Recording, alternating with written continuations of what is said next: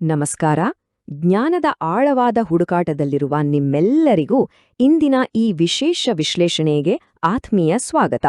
ಬನ್ನಿ, ಇವತ್ತು ನಾವು ಶಾಶ್ವತ ಆನಂದದ ರಾಜಮಾರ್ಗ ಅಥವಾ the sovereign path of eternal Joy ಅನ್ನೋ ಒಂದು ಅದ್ಭುತವಾದ ಮೂಲ ಪಠ್ಯದ ಬಗ್ಗೆ ಆಳವಾಗಿ ತಿಳಿದುಕೊಳ್ಳೋಣ.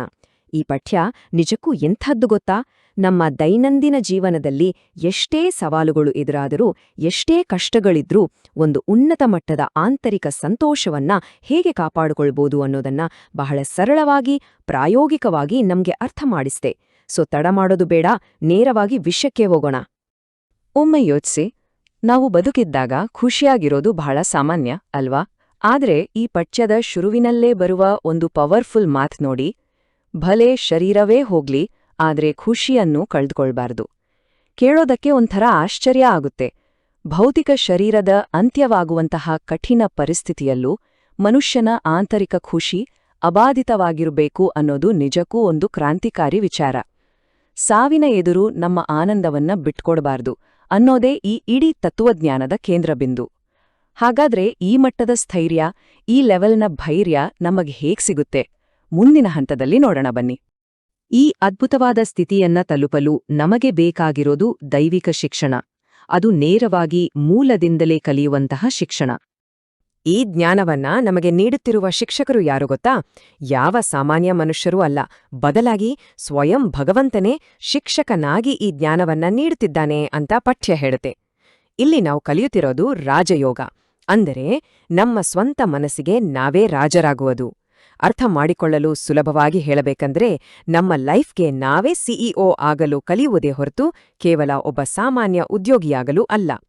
ಇಲ್ಲಿ ಪ್ರಜಾಯೋಗ ಅಂದರೆ ಕೇವಲ ಅನುಯಾಯಿಗಳಾಗುವ ಮಾರ್ಗ ನಮ್ಮ ಗುರಿಯಲ್ಲ.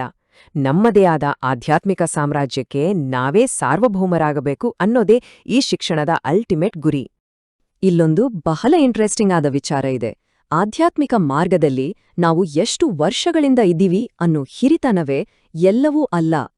ನಂಬುತ್ತಿರೋ ಬಿಡುತ್ತಿರೋ ವರ್ಷಗಟ್ಲೆಯಿಂದ ಓದ್ತಿರುವ ಹಳೆಯ ವಿದ್ಯಾರ್ಥಿಗಳಿಗಿಂತ ಕೇವಲ 3 ತಿಂಗಳಿನಿಂದ ಕಲಿಯುತ್ತಿರುವ ತೀಕ್ಷ್ಣ ಬುದ್ಧಿಯ ಹೊಸ ವಿದ್ಯಾರ್ಥಿಗಳು ಕೂಡ ಅತಿ ವೇಗವಾಗಿ ಮುಂದೆ ಹೋಗ್ಬೋದು. ಇದು ಹೇಗೆ ಅಂದ್ರ, ರೇಸ್ನಲ್ಲಿ ವರ್ಷಗಟ್ಲೆ ನಡುಕೊಂಡು ಹೋಗ್ತಿರೋವನ್ನ ಕೇವಲ 3 ತಿಂಗಳು ಓಡಿದೋರು ಹಿಂದಿಕ್ಕಿದ ಹಾಗೆ. ನಿಮ್ಮ ಪ್ರಯತ್ನ ಎಷ್ಟಿದೆ, ಏಕಾಗ್ರತೆ ಎಷ್ಟಿದೆ ಅನ್ನೋದು ಮಾತ್ರ ಇಲ್ಲಿ ಮ್ಯಾಟರ್ ಆಗುತ್ತೆ. ಹಾಗಾದ್ರೆ ನಾವೆಲ್ಲರೂ ಎಲ್ಲಿಯವರೆಗೂ ಓಡಬೇಕು? ನಮ್ಮ ಕೊನೆಯ ಡೆಸ್ಟಿನೇಷನ್ ಯಾವುದು? ಅದೇ ಕರ್ಮಾತೀತ ಸ್ಥಿತಿ. ಈ ಪದವನ್ನ ನೀವು ಕೇಳಿರ್ಬೋದು. ಕರ್ಮಾತೀತ ಸ್ಥಿತಿ ಅಂದ್ರೆ ಜನ್ಮ ಜನ್ಮಾಂತರದ ನಮ್ಮೆಲ್ಲ ಕರ್ಮ ಬಂಧನಗಳಿಂದ ಸಂಪೂರ್ಣವಾಗಿ ಫ್ರೀ ಆಗೋದು. ಅಂದ್ರೆ ನಮ್ಮೆಲ್ಲ ಹಳೆಯ ಕರ್ಮಗಳ ಅಕೌಂಟ್ಸ್, ಲೆಕ್ಕಾಚಾರಗಳನ್ನ ಸಂಪೂರ್ಣವಾಗಿ ಕ್ಲಿಯರ್ ಮಾಡೋದು. ಈ ಅಂತಿಮ ಆಧ್ಯಾತ್ಮಿಕ ಹಂತವನ್ನ ತಲುಪುವವರೆಗೆ ನಾವು ನಿರಂತರವಾಗಿ ನಮ್ಮ ಪ್ರಯತ್ನ ಅಥವಾ ಪುರುಷಾರ್ಥವನ್ನ ಮಾಡ್ಲೇಬೇಕು. ಈಗ ಈ ದೈವಿಕ ಶಿಕ್ಷಣದ ಹಿನ್ನೆಲೆಯಲ್ಲಿ ನಮ್ಮ ಪ್ರಸ್ತುತ ಜೀವನವನ್ನ ನಾವು ಹೇಗೆ ನೋಡ್ಬೇಕು ಅನ್ನೋದನ್ನ ಅರ್ಥ ಮಾಡ್ಕೊಳ್ಳೋಣ. ನಮ್ಮ ಈ ಜೀವನ ಹೇಗಿದೆ ಗೊತ್ತಾ? ಅದು ಅಪ್ಪಟ ವಜ್ರ ಸಮಾನ ಅಮೂಲ್ಯ ಜೀವನ. ಇದು ಆಧ್ಯಾತ್ಮಿಕವಾಗಿ ನಾವು ಬೆಳೆಯೋದಕ್ಕೆ ಸಿಕ್ಕಿರುವ ಒಂದು ಅಪರೂಪದ ಚಾನ್ಸ್. ಆದ್ರೆ ಪ್ರಾಬ್ಲಮ್ ಏನು ಅಂದ್ರೆ, ನಮ್ಮಲ್ಲಿ ಅನೇಕರು ಈ ವಜ್ರದಂತಹ ಜೀವನವನ್ನ ಕವಡೆಗಳ ಹಿಂದೆ ಬಿದ್ದು ವೇಸ್ಟ್ ಮಾಡ್ತಾ ಇದೀವಿ. ಕವಡೆಗಳು ಅಂದ್ರೆ ಏನು? ನಾಶವಾಗುವ, ತಾತ್ಕಾಲಿಕವಾದ, ಯಾವುದೇ ಅರ್ಥವಿಲ್ಲದ ಭೌತಿಕ ಆಕರ್ಷಣೆಗಳು. ನಾವೇ ಒಂದು ಕ್ಷಣ ನಿಂತು ಯೋಚಿಸಬೇಕು. ನಮ್ಮ ಕೈಯಲ್ಲಿರುವ ಅಮೂಲ್ಯವಾದ ವಜ್ರವನ್ನ ಬಿಟ್ಟು ನಾವು ಕೇವಲ ಕವಡೆಗಳನ್ನು ಆರಿಸಿಕೊಳ್ತಿದ್ದೇವೆ. ಹಾಗಾದ್ರೆ ಈ ವಜ್ರದಂಥ ಜೀವನವನ್ನ ಸಾರ್ಥಕಪಡಿಸ್ಕೊಡೋದು ಹೇಗೆ? ಪಠ್ಯವು ನಮ್ಗೆ ಕೆಲವು ಕ್ಲಿಯರ್ ಗೈಡ್ಲೈನ್ಸ್ ಕೊಡುತ್ತೆ. ಫಸ್ಟ್ ಪಾಯಿಂಟ್, ಒಂದು ಕ್ಷಣವೂ ನಮ್ಮ ಸಮಯ ವ್ಯರ್ಥ ಮಾಡಬಾರ್ದು. ಎರಡನೇದು ಬಹಳ ಮುಖ್ಯ, ಮೃತ್ಯು ಯಾವಾಗ್ಲೂ ನಮ್ಮ ಕಣ್ಣ ಮುಂದೆ ಇದೆ ಅನ್ನೋ ಅರಿವು ನಮ್ಗಿರ್ಬೇಕು. ಇದು ನಮ್ಗೆ ಆ ಒಂದು ಅರ್ಜೆನ್ಸಿ ಅಥವಾ ತುರ್ತು ಪ್ರಜ್ಞೆಯನ್ನ ಕೊಡುತ್ತೆ. ಮೂರನೇದಾಗಿ, ನಮ್ಮಲ್ಲಿರುವ ಸಮಯ, ಶಕ್ತಿ ಎಲ್ಲವನ್ನೂ ಆತ್ಮಿಕ ಸೇವೆಯಲ್ಲಿ ತೊಡಗಿಸಿ ಸಫಲಗೊಳಿಸುವುದು. ಮತ್ತು ಲಾಸ್ಟ್ ಬಟ್ ನಾಟ್ ಲೀಸ್ಟ್, ಈ ಜ್ಞಾನ ಮತ್ತು ಶಿಕ್ಷಕನ ಮೇಲೆ ಯಾವುದೇ ಕಪಟವಿಲ್ಲದ ನಿಜವಾದ ಪ್ರೀತಿಯನ್ನ ಬೆಳೆಸಿಕೊಳ್ಳುವುದು. ಬನ್ನಿ, ಈಗ ಈ ವಿಶ್ಲೇಷಣೆಯ ಅತ್ಯಂತ ರೋಚಕವಾದ ಭಾಗಕ್ಕೆ ಹೋಗೋಣ. ಅದೇ ನಮ್ಮೊಳಗಿರುವ ಕ್ಯಾಚಿಂಗ್ ಪವರ್ ಅಥವಾ ಗ್ರಹಿಸುವ ಶಕ್ತಿಯನ್ನು ಜಾಗೃತಗೊಳಿಸುವಿಕೆ. ಕ್ಯಾಚಿಂಗ್ ಪವರ್ ಅಂದ್ರೆ ಏನು? ಇದನ್ನ ಅರ್ಥ ಮಾಡ್ಕೊಳ್ಳೋಕೆ ಪಠ್ಯ ಒಂದು ಸೂಪರ್ ಎಕ್ಸಾಂಪಲ್ ಕೊಡುತ್ತೆ. ವಿಜ್ಞಾನಿಗಳು ವಿಶೇಷವಾದ ಇನ್ಸ್ಟ್ರೂಮೆಂಟ್ಸ್ ಬಳಸಿ ಸಾವಿರಾರು ವರ್ಷಗಳ ಹಿಂದಿನ ಹಳೆಯ ಶಬ್ದ ತರಂಗಗಳನ್ನ ಆಕಾಶದಿಂದ ಹೇಗೆ ಕ್ಯಾಚ್ ಮಾಡ್ತಾರೋ ಎಕ್ಸಾಕ್ಟಾಗಿ ಅದೇ ರೀತಿ ನಮ್ಮೊಳಗೂ ಒಂದು ರಿಸೀವರ್ ಇದೆ. ನಮ್ಮ ಮೂಲಭೂತವಾದ ಆದಿದೈವಿ ಸಂಸ್ಕಾರಗಳನ್ನ ನಾವು ಆಧ್ಯಾತ್ಮಿಕವಾಗಿ ಕ್ಯಾಚ್ ಮಾಡಬಹುದು. ಈ ಶಕ್ತಿಯನ್ನ ನಾವು ಆಕ್ಟಿವೇಟ್ ಮಾಡ್ಕೊಂಡ್ರೆ ನಾವು ಊಹಿಸಲಾಗದಷ್ಟು ಶಕ್ತಿಶಾಲಿಗಳಾಗ್ತೀವಿ. ಹಾಗಾದ್ರೆ ಈ ರಿಸೀವರ್ನ ಆಕ್ಟಿವೇಟ್ ಮಾಡೋದು ಹೇಗೆ? ಇದಕ್ಕೂ ಸ್ಟೆಪ್ ಬೈ ಸ್ಟೆಪ್ ಪ್ರಾಸೆಸ್ ಇದೆ. ಸ್ಟೆಪ್ 1, ಆಳವಾದ ಶಾಂತಿಯ ಶಕ್ತಿಯನ್ನು ಅಳವಡಿಸಿಕೊಳ್ಳಿ. ಮನಸ್ಸು ಕಂಪ್ಲೀಟ್ ಸೈಲೆಂಟ್ ಆದಾಗ ಮಾತ್ರ ಆ ಸಿಗ್ನಲ್ ಕ್ಯಾಚ್ ಆಗುತ್ತೆ. ಸ್ಟೆಪ್ 2, ಸದಾ ನಿಮ್ಮ ಪ್ರಜ್ಞೆಯಲ್ಲಿ ಈ ಒಂದು ಸ್ಮೃತಿ ಇರ್ಲಿ, ನಾನು ಮೂಲತಃ ಇಂಥದ್ದೇ ದೈವೀ ಗುಣಗಳನ್ನ ಹೊಂದಿದ್ದೆ, ಈಗ ಮತ್ತೆ ಅದೇ ಸ್ವರೂಪ ಆಗ್ತಾ ಇದ್ದೀನಿ. ಸ್ಟೆಪ್ 3, ಇದು ತುಂಬಾನೇ ಮುಖ್ಯ. 5000 ವರ್ಷಗಳ ಹಿಂದಿನ ಆ ಪವಿತ್ರ ಸಂಸ್ಕಾರಗಳನ್ನ ನಾವು ಎಷ್ಟು ಕ್ಲಿಯರ್ ಆಗಿ ಅನುಭವಿಸಬೇಕು ಅಂದ್ರೆ ಅದು ಜಸ್ಟ್ ನಿನ್ನೆ ತಾನೇ ನಡೆದ ಮಾತು ಅನ್ನುವಷ್ಟು ನೈಜವಾಗಿರ್ಬೇಕು. ಇದೆಲ್ಲ ಸರಿ, ಆದ್ರೆ ಈ ಪ್ರಾಕ್ಟಿಕಲ್ ಜಗತ್ತಿಗೆ ಬರೋಣ.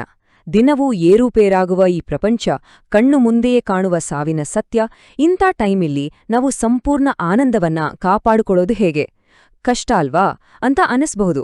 ಈ ಪ್ರಶ್ನೆಗೆ ಪಠ್ಯದಲ್ಲಿರುವ ಅವ್ಯಕ್ತ ಸೂಚನೆಗಳು ಬಹಳ ಡೈರೆಕ್ಟ್ ಆದ ಉತ್ತರವನ್ನ ಕೊಡ್ತವೆ. ಆ ಉತ್ತರವೇ ನಮ್ಮ ವಿಶ್ಲೇಷಣೆಯ ಕೊನೆಯ ಮತ್ತು ಅತ್ಯಂತ ಪ್ರಮುಖವಾದ ಹಂತ. ಶಾಶ್ವತ ಆನಂದದ ನಿಜವಾದ ರಹಸ್ಯ ನೋಡಿ. ಖುಷಿಯಲ್ಲಿ 2 ಥರ ಇದೆ ಅಂತ ಪಠ್ಯ ಬಹಳ ಸ್ಪಷ್ಟವಾಗಿ ಹೇಳುತ್ತೆ. ಒಂದು ವಿನಾಶಿ ಖುಷಿ, ಅಂದ್ರೆ ದುಡ್ಡು, ಬ್ಯಾಂಕ್ ಬ್ಯಾಲೆನ್ಸ್, ಸಮಾಜದಲ್ಲಿ ಸಿಗುವ ಹೆಸರು, ಪದವಿ, ಇವುಗಳಿಂದ ಬರುವ ಖುಷಿ. ಇದು ಹೇಗಂದ್ರೆ ಇವತ್ತಿರುತ್ತೆ, ನಾಳೆ ಹೊರಟೋಗುತ್ತೆ, ಕಂಪ್ಲೀಟ್ ಟೆಂಪರರಿ. ಆದ್ರೆ ಇನ್ನೊಂದಿದೆ, ಅದೇ ಅವಿನಾಶಿ ಖುಷಿ. ಇದು ಎಂದಿಗೂ ನಾಶವಾಗದ ಶಾಶ್ವತ ಆನಂದ. ಈ ಆನಂದ ಯಾರಿಗ್ ಸಿಗುತ್ತೆ ಗೊತ್ತಾ? ಯಾರು ಒಳಗೆ ಅಚಲವಾಗಿ, ಅಡೋಲವಾಗಿ, ಏಕರಸವಾದ ಆಧ್ಯಾತ್ಮಿಕ ಸ್ಥಿತಿಯಲ್ಲಿರ್ತಾರೋ ಅವರಿಗೆ ಮಾತ್ರ. ಆದ್ರೆ ಇಲ್ಲೊಂದು ಸಣ್ಣ ಎಚ್ಚರಿಕೆ ಕೂಡ ಇದೆ. ನೀರಿನಲ್ಲಿ ಸಣ್ಣ ಅಲೆ ಎದ್ರೂ ನಮ್ಮ ಮುಖ ನಮ್ಗೆ ಸರಿಯಾಗಿ ಕಾಣಲ್ವಲ್ಲ, ಅದೇ ರೀತಿ ನಮ್ಮ ಮನಸ್ಸಿನಲ್ಲಿ ಚೂರ್ ಏರುಪೇರಾದ್ರೂ, ಒಂದು ಸಣ್ಣ ಅಸ್ಥಿರತೆ ಬಂದರೂ ಸಾಕು, ಈ ದೈವಿಕ ಖಜಾನೆಗಳ ಅನುಭವ ನಮ್ಗೆ ಕಟ್ಟಾಗ್ಬಿಡುತ್ತೆ. ಅಂದ್ರೆ ನಮ್ಮ ಆಂತರಿಕ ಜಗತ್ತಿನಲ್ಲಿ ಸಣ್ಣ ವೈಬ್ರೇಷನ್ ಉಂಟಾದ್ರೂ ಅದು ನಮಗೂ ಮತ್ತು ಆ ಶಾಶ್ವತ ಆನಂದಕ್ಕೂ ಮಧ್ಯೆ ದೊಡ್ಡ ಗೋಡೆಯಾಗಿ ನಿಂತುಬಿಡುತ್ತೆ. ಹಾಗಾಗಿ ಈ ದೈವಿಕ ಖಜಾನೆಗಳನ್ನ ನಾವೆಂದಿಗೂ ಕಳೆದುಕೊಳ್ಳಬಾರದು ಅಂದ್ರೆ ಇರೋ ಒಂದೇ ಒಂದು ಟ್ರಿಕ್ ಏನು? ಸದಾ ಅಚಲ ಮತ್ತು ಅಡೋಲರಾಗಿ ಉಳಿಯುವುದು. ಹೊರಗಡೆ ಎಷ್ಟೇ ದೊಡ್ಡ ಬಿರುಗಾಳಿ ಬರ್ಲಿ, ಆರ್ಥಿಕ ನಷ್ಟವಾಗಲಿ ಅಥವಾ ಮೃತ್ಯುವೇ ಎದುರಾಗಿ ನಿಲ್ಲಿ, ಒಳಗಿನಿಂದ ನಾವು ಸ್ವಲ್ಪವೂ ಕದಲಬಾರದು. ಆ ಕದಲದ ಸ್ಥಿರತೆ ಇದೆಯಲ್ಲ, ಅದೇ ನಮ್ಮ ಶಾಶ್ವತ ಖುಷಿಯ ಅತಿದೊಡ್ಡ ರಕ್ಷಾಕವಚ. ಈಗ ಈ ಸಂಪೂರ್ಣ ವಿಶ್ಲೇಷಣೆಯ ಕೊನೆಯಲ್ಲಿ ನಾವೆಲ್ಲರೂ ನಮಗೆ ನಾವೇ ಕೇಳ್ಕೊಳ್ಬೇಕಾದ ಒಂದು ಪವರ್ಫುಲ್ ಪ್ರಶ್ನೆ ಇದೆ. ಶಾಶ್ವತ ಖುಷಿಗೆ ಆಂತರಿಕ ಅಚಲ ಸ್ಥಿತಿಯೇ ಕಾರಣ ಅಂತ ನಮ್ಗೀಗ ಸ್ಪಷ್ಟವಾಗಿದೆ. ಹಾಗಾದ್ರೆ ಸದ್ಯಕ್ಕೆ ನಮ್ಮ ಲೈಫ್ನಲ್ಲಿ ಯಾವ್ಯಾವ್ದೋ ತಾತ್ಕಾಲಿಕ ಆಕರ್ಷಣೆಗಳು ಅಥವಾ ಆ ಕವಡೆಗರ ಹಿಂದೆ ಬಿದ್ದು ನಮ್ಮ ಫೌಂಡೇಶನ್ ಅಲುಗಾಡ್ತಿದೆಯಾ?